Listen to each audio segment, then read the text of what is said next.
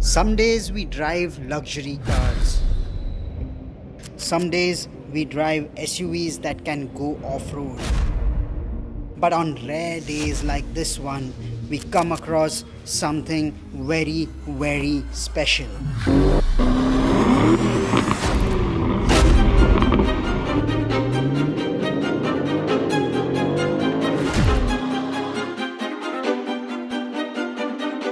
This is the Aston Martin DB12. And as you may have noticed, I'm not driving on some road in Europe.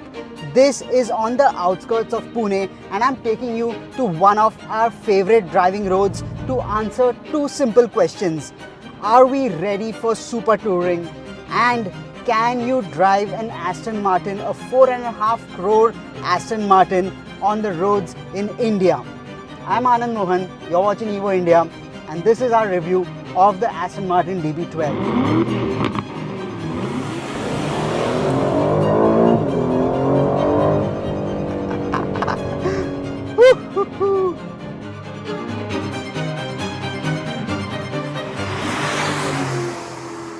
M177, the V8 engine that's powering the DB12. It's made by AMG. Mercedes and Aston Martin Lagonda have been in partnership for over a decade. AMG partnered with Aston Martin to build this smaller engine to complement the V12 that Aston Martin was already producing. The AMG GT was still under wraps for the rest of the world back then. Fast forward to the latest generation of the DB bloodline. Tighter emission norms have forced Aston Martin to rely completely on AMG for the V8, ditching the V12 altogether in the DB12. But the question remained, is it flagship enough?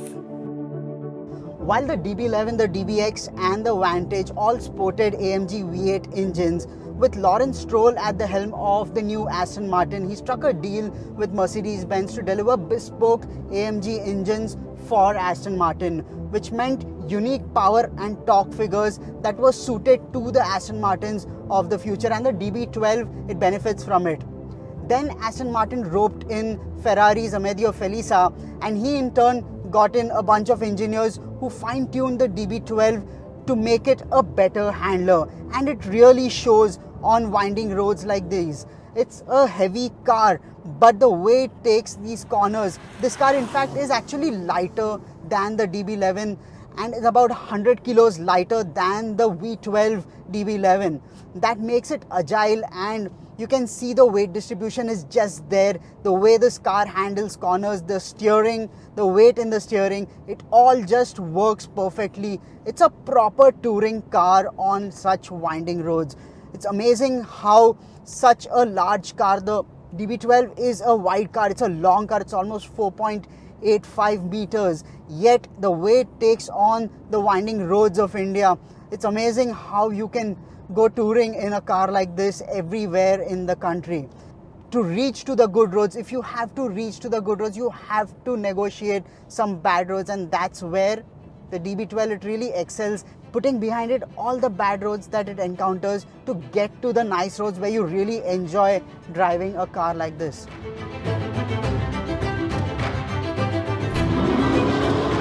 The DB12 looks as British as they come, even in the shade of stormy purple. Who would have thought that a purple could look so understated? Yet, it is as British as it is German and Italian. It's got the engineering, the best of engineering from Germany and Italy because of Amedeo Felisa and his team that has come to the Aston Martin side. And that makes the DB12 a true European effort. And now it's getting the full Desi treatment with a road trip on our roads in Maharashtra. Roads aren't perfect anywhere you go in India. Sure, you will get a few stretches of blacktop tarmac that deserves cars like these, but you will also get the occasional rough patch where you have got to carefully negotiate a car like the DB12. Life in a sports car is a negotiation with the road infrastructure in India. You give me a pothole or two, but also present me with good roads like these.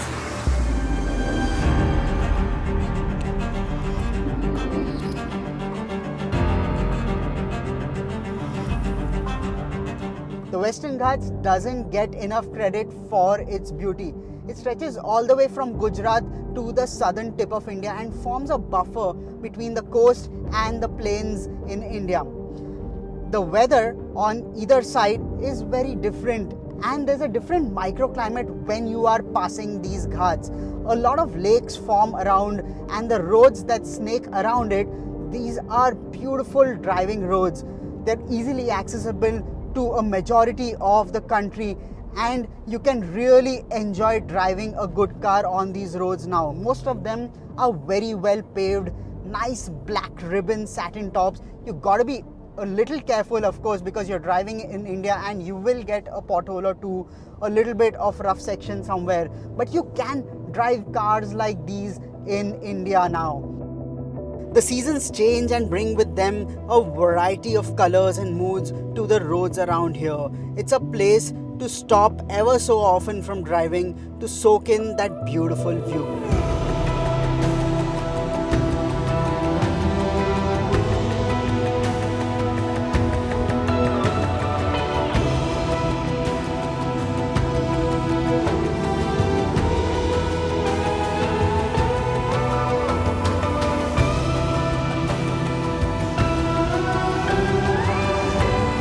The DB12 can do touring if you are willing to brave it, but can it live up to that Supertourer tag?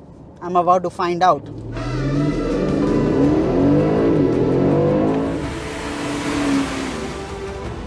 While you have the familiarity of that AMG twin turbo V8, you get 671 brake horsepower, 800 Newton meters of torque, 0 to 100 in 3.5 seconds, which isn't express for a car that makes that much power.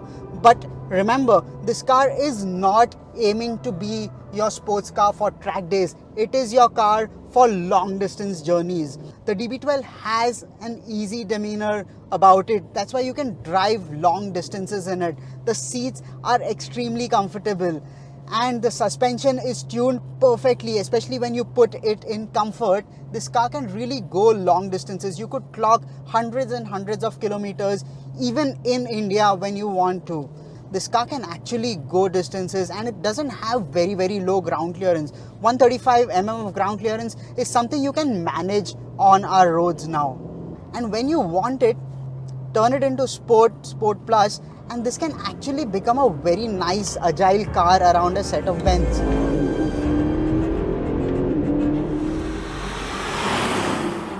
Every Aston Martin feels special. I remember driving the DB11 about 7 odd years ago, and even back then the DB11 felt like a very special car from behind the driver's seat, but it lacked the finesse that you get in the DB12, the quality on the inside, the luxury on the inside. Well, if it's a Grand Tourer, you need the luxury element, you need it to feel special all the way from the outside in. That DB11 didn't feel that way. The DB12, well, it has stepped up considerably. The screens, they work well. You get Apple CarPlay, Android Auto. It's a very comfortable car. It has gone up in performance. 671 brake horsepower, 800 Newton meters of torque, 0 to 100 in 3.5 seconds. But it doesn't feel like you're compromising on the comfort and the luxury front. It's all packed in there, and that's why it becomes a much more rounded effort, a much better all-rounder than the DB11 was. That AMG V8 was always a hero engine. It added so much character to every car it powered. But in the DB12, it's just a part of the puzzle that falls in place. Here it's everything from the styling to the suspension, the ride quality, to the steering. Everything just works, everything falls in place to make the DB12 such an excellent car. You just want to drive it day in, day out, and you can actually drive it everywhere. It's such a comfortable car to take places, and you've got the power of that AMG V8 to bank on when you want a really enthusiastic drive in the winding roads of the Western Ghats. This DB12 also gets some really strong brakes. It's got the carbon ceramics compared to the cast iron ones that you usually get. The usual brakes are 400 up front and 360 at the back. These carbon ceramics got some serious bite, and on these winding roads, especially when you have some surprises like potholes or bad patches thrown at you and you're really gunning it in the corners, it's good stopping power. It makes you feel a lot more safer behind the driver's seat. The surface on this road that heads to Tamhini Ghat is just ideal once you leave the town behind. It's wide now, wider than what it used to be. The views continue to make me want to stop often, and the weather in the winter months is so perfect. The colors of the landscape change with the months. Around this time of the year, a mix of dark green and yellow paints such a pretty picture with the dark blue waters of Mulchi Lake. The DB12 on these roads looks just perfect. These roads may not have the glamour of a Grossglockner or a Stelvio Pass, but these are the roads we romanticize about. These roads flirt with the enthusiast in us. They make us want to fall in love with cars over and over again.